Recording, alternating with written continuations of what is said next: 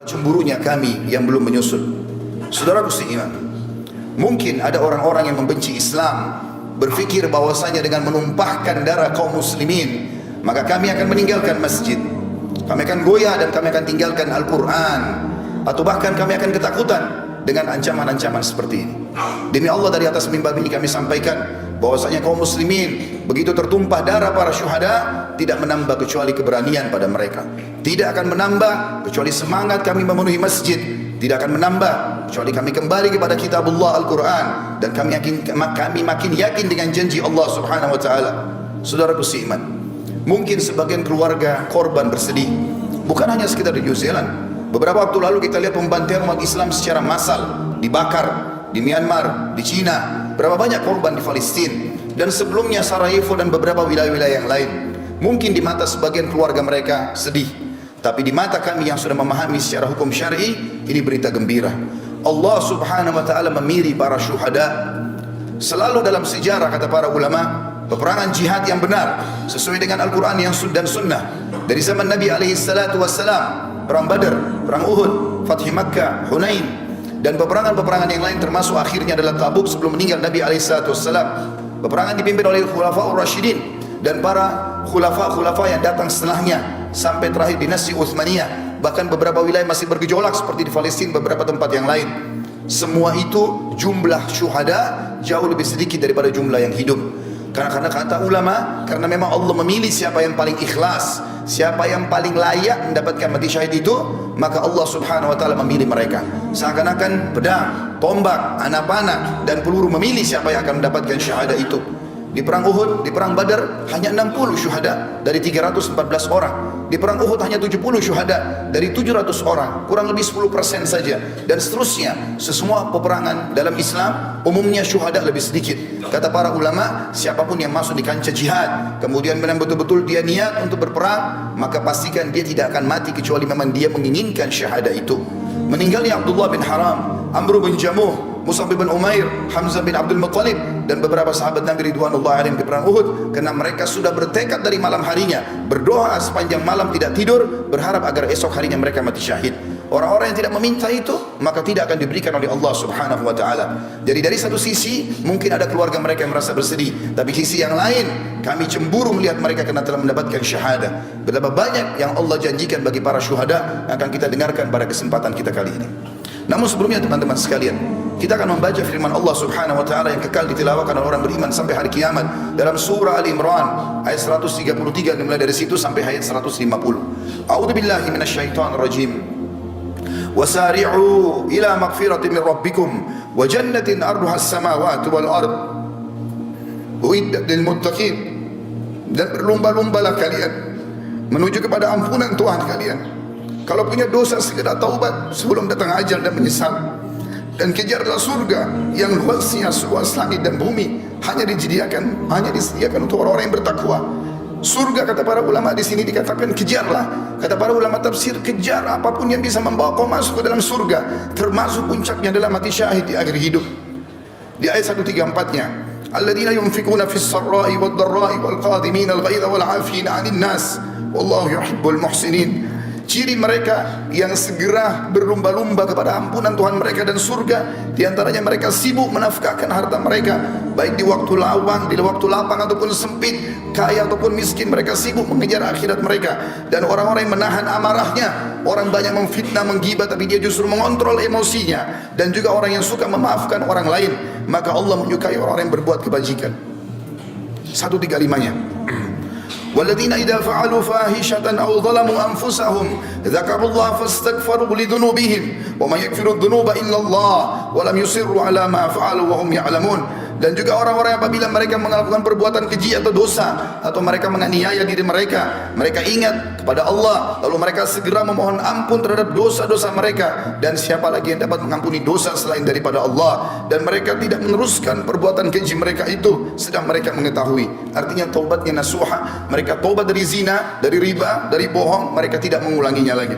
136. Ulaika jazaohum magfiratun min rabbihim wa jannatun tajri min tahtiha al-anhar tajri min tahtiha al-anharu khalidina fiha wa ni'ma ajrul 'amilin. Mereka itu akan diberikan balasan ampunan dari Tuhan mereka dan surga yang di dalamnya mengalir sungai-sungai, sedangkan mereka kekal di dalamnya, dan itulah sebaik-baik pahala bagi orang-orang yang beramal.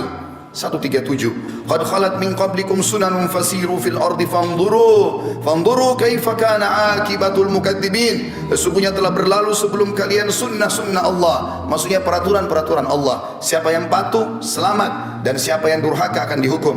Karena itu berjalanlah kalian di muka bumi, perhatikan bagaimana akibat orang-orang yang mendustakan para rasul. Ada Namrud di Babilonia di Irak, sampai hari ini di Google tinggal diketik peninggalan Namrud akan keluar semua sisa kerajaannya. Fir'aun di Mesir, dan sekian banyak kaum 'Ad yang ada di wilayah Irak, dan juga masih ada peninggalan kaum Thamud di wilayah Madian Saleh di Saudi. Allah SWT mengatakan selanjutnya ayat 138, "Hada bayanun linnasi wa hudan wa mau'idatun lil muttaqin." Al-Quran ini benar-benar penerangan bagi seluruh manusia, bagi yang mau berakal dan membacanya, dan petunjuk serta pelajaran bagi orang-orang yang bertakwa, orang yang patuh. Lalu Allah sebutkan 139. Ini yang saya ingin ditiberatkan pada kejadian apa yang terjadi itu. Allah mengatakan wala tahinu wala tahzanu wa antumul a'launa in kuntum mu'minin. Janganlah kamu bersikap lemah. Jangan justru dengan ancaman terorisme seperti ini lalu masjid jadi kosong, kalian tidak mau baca Quran, justru dicambukan untuk kembali kepada agama Allah. Dan jangan pula kalian bersedih hati, padahal kamulah orang-orang yang paling tinggi derajatnya, maksudnya orang-orang muslim, jika kamu benar-benar beriman. Allah mengatakan 140-nya, iyamsaskum karhun faqad massal qauma karhum mithlu wa tilkal ayyamu nudawiluha bainan nas wa liya'lamallahu alladhina amanu wa yattakhidha minkum syuhada wallahu la yuhibbul zalimin. Dan jika seandainya di perang Uhud, ayat ini turun pada perang Uhud, seandainya di perang Uhud kamu mendapatkan luka hai muslimin, sesungguhnya kaum kafir juga di perang Badar telah mendapatkan luka yang serupa, dan masa kejayaan dan kehancuran itu kami gilirkan di antara manusia agar mereka mendapatkan pelajaran, dan supaya Allah membedakan orang-orang yang beriman dari orang-orang yang kafir, dan supaya Allah mengambil dan memilih para syuhada, dan Allah tidak menyukai orang-orang zalim. Kata ulama tafsir khusus ayat 140 ini berarti orang-orang yang mati syahid Allah pilih secara khusus karena ikhlas niat mereka. 141-nya waliyumahhisallahu alladhina amanu wa yamhaqal kafirin, dan agar Allah membersihkan orang-orang yang beriman dari dosa mereka. Semua kejadian yang menimpa orang muslim apapun sifatnya akan jadi pembersihan dosa mereka, dan Allah akan membinasakan orang-orang kafir. 142 Am hasibtum an tadkhulul jannata wa lamma ya'lamillahu alladhina jahadu minkum wa ya'lamus sabirin. Apakah kalian mengira kalian akan bisa masuk surga padahal belum nyata bagi Allah orang-orang yang berjihad di antara kalian, dan belum nyata orang-orang yang sabar. Artinya Allah akan menguji siapa yang paling ikhlas, yang siap untuk membela agama Allah, maka Allah akan pilih mereka. 143-nya walaqad tamannawna walaqad kuntum tamannawna al-mauta min qabli an talqaw faqad ra'aytumuhu wa antum tanzurun. Sesungguhnya kalian mengharap mati syahid sebelum kalian menghadapinya, sekarang sungguh kalian telah melihatnya dan kalian menyaksikannya. Kata para ulama tafsir, pada saat Nabi SAW dan para sahabat pulang dari perang Badar, maka seluruh orang-orang yang selamat dari Badar bercerita bagaimana malaikat hadir di perang Badar, bagaimana para syuhada tersenyum, bau badan mereka mengeluarkan bau yang sangat wangi pada saat mereka meninggal. Maka sahabat-sahabat yang di Madinah penasaran, dan pada saat terjadi perang Uhud, perang Badar tahun 2 Hijriah, perang Uhud tahun 3 Hijriah, mereka semangat sambil mengatakan, ya Rasulullah, kami pun ingin mati syahid. Pada saat terjadi perang Uhud, Allah Subhanahu wa taala menguji mereka. Di awal peperangan mereka menang, di tengah-tengahnya mereka dikalahkan. Walaupun setelahnya di perang Hamrat Asad mereka memenangkan peperangan dengan izin Allah Subhanahu wa taala. Pada saat itu banyak kesempatan untuk mati syahid. Orang-orang kafir tinggal menusuk orang-orang muslim, bahkan memutilasi mereka. Allah mengatakan, bukankah dulu kalian mengharapkan mati syahid? Sekarang depan mata, kenapa kalian tidak buktikan itu? Lalu Allah mengingatkan 144-nya, tidak ada keraguan bagi seorang muslim apa yang dijanjikan oleh Allah dan Rasulnya. Wa ma Muhammadun illa rasulun qad khalat min qablihi rusul afa in mata aw qutila qalabtum ala aqabikum wa may yanqalib ala aqibihi falan yadurra Allah syai'a wa sayajidillahu syakirin. Muhammad itu tidak lain hanyalah seorang utusan Allah. Sungguh telah berlalu sebelumnya beberapa orang utusan. Apakah jika dia wafat dan dibunuh kamu murtad dan kembali ke agama lain? Atau ke belakang murtad dari agama Islam? Barang siapa yang berbalik ke belakang murtad, maka ia tidak dapat mendatangkan mudarat kepada Allah sedikit pun, dan Allah akan memberi balasan kepada orang-orang yang bersyukur.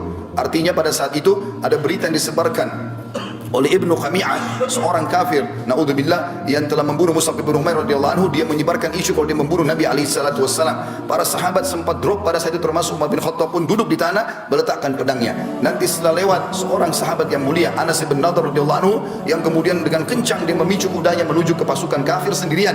Maka Umar mengatakan, wahai Anas, kau akan pergi kemana? Dia mengatakan, demi Allah wahai Umar, aku mencium bau surga ada di sana. Aku mencium bau surga ada di sana. Tinggal aku menerobos orang-orang kafir dan mereka membunuhku, aku akan masuk surga. Lalu Umar mengatakan, wahai Anas, bukankah Rasulullah SAW telah dibunuh oleh orang kafir? Kata Anas kata Umar, kalimat itu tiba-tiba membangkitkan semangat kami kembali. Dia mengatakan, kalau memang Rasulullah SAW telah terbunuh syuhada sebagai syahid di medan perang ini, maka bangkitlah kalian untuk syahid bersamanya. Maka kata Umar bin Khattab, dan bersama juga dengan Mu'adz bin Jabal, bersama dengan Sa'ad bin Mu'adz radhiyallahu anhu, dua sahabat yang terkenal keberaniannya, menyusul sampai kata Sa'ad radhiyallahu anhu, yang pada saat meninggal dia arsy Allah goncang. Dia mengatakan, ya Rasulullah, kami berusaha mengimbangi Anas bin Nadhr dan kami tidak mampu. Dan pada saat meninggal ditemukan hanya potongan-potongan badannya saja yang dikenali oleh adik perempuannya. Lalu Allah mengatakan 145 menjelaskan kepada kita, bagi muslimin yang masih takut untuk mati, apalagi mati syahid, ini semua adalah ketakutan yang dimasuki oleh waswas syaitan. Karena memang orang pasti akan meninggal pada saat itu, tapi mulialah orang yang meninggal syahid itu sendiri. Allah mengatakan 145-nya, wa ma kana li nafsin an tamuta illa bi idnillahi kitaban muajjala wa man yurid thawabad dunya nu'tihi minha wa man yurid thawabal akhirati nu'tihi minha sanajzi syakirin. Siapa, semua jiwa, semua yang bernyawa tidak akan mati melainkan dengan izin Allah. Kita biar keluar berperang, biar berhadapan sama musuh, biar lagi dalam keadaan bagaimanapun tidak akan mati kecuali ajalnya sudah datang. Sebagai ketetapan yang telah Allah tentukan waktunya. Barang siapa yang menghadapi pahala dunia, dia hanya ingin mengejar kehidupan dunia, niscaya kami berikan kepadanya kebaikan dunia itu. Dan barang siapa yang menghendaki pahala akhirat, maka kami akan berikan kepadanya pahala akhirat, dan kami akan memberi balasan orang-orang yang bersyukur.